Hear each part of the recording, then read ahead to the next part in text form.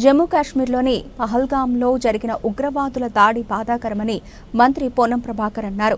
టూరిస్టులపై జరిగిన ఘటనలో పునరావృతం కాకుండా కఠినంగా వ్యవహరించాలని కేంద్ర ప్రభుత్వాన్ని కోరుతున్నట్లు పేర్కొన్నారు. ఈ దాడిలో మరణించిన కుటుంబాలకు సంతాపం వ్యక్తం చేస్తున్నట్లు తెలిపారు.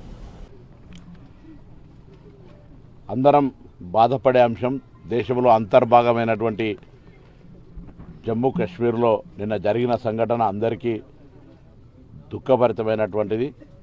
ఇటువంటి సంఘటనల పట్ల ప్రభుత్వం రాజకీయాలకు అతీతంగా కఠినంగా వ్యవహరించాల్సిందే. దేశంలో వివిధ అంశాల మీద భేదాభిప్రాయాలు ఉంటాయి కావచ్చు, కానీ దేశంలో అంతర్గత భద్రతకు సంబంధించి కానీ అంతర్జాతీయ సంబంధించిన అంశం వచ్చినప్పుడు అందరూ కూడా ముక్త కంఠంతో ఈ అంశం పట్ల ఏకాభిప్రాయంతో ఉంటాం. కేంద్ర ప్రభుత్వానికి ఈ అంశంలో పూర్తిగా అండగా ఉంటుంది కాంగ్రెస్ పార్టీ. ఎందుకంటే ఈరోజు ఇటువంటి సంఘటనలు పునరావృతం కాకుండా కఠినంగా వ్యవహరించాలని కేంద్ర ప్రభుత్వాన్ని కోరుతా ఉన్నాం. ఇక్కడ నుంచి ప్రాతినిధ్యం వహిస్తున్న మంత్రుల ద్వారా కూడా కోరుతా ఉన్నాం. ఈ సంఘటన తలవంచుకునే కార్యక్రమం. ఎందుకంటే నేను కూడా ఇది ఒక 3-4 రోజుల క్రితమే ఈ ప్రాంతం అంతా పోయొచ్చినాం.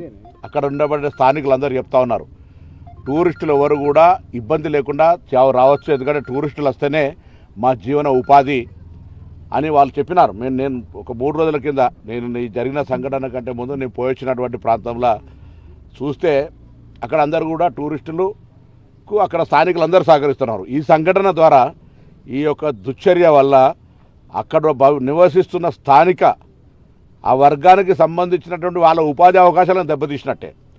టూరిస్టులు ఒక తులిప్ గార్డెన్కి పోతే 15 లక్షల మంది ఈ 15 రోజుల లోపల విజిటర్స్ వచ్చినారని చెప్పినారు.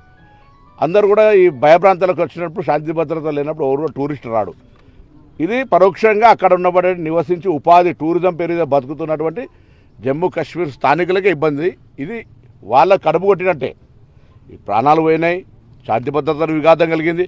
కాబట్టి కేంద్రం చాలా కఠినంగా ఎటువంటి సంకోచం లేకుండా వ్యవహరించాలని సందర్భంగా కోరుతూ మృతుల కుటుంబాలకు సంతాపం, వారందరూ కూడా భగవంతుడు ధైర్యం ఇవ్వాలని ప్రార్థిస్తాను.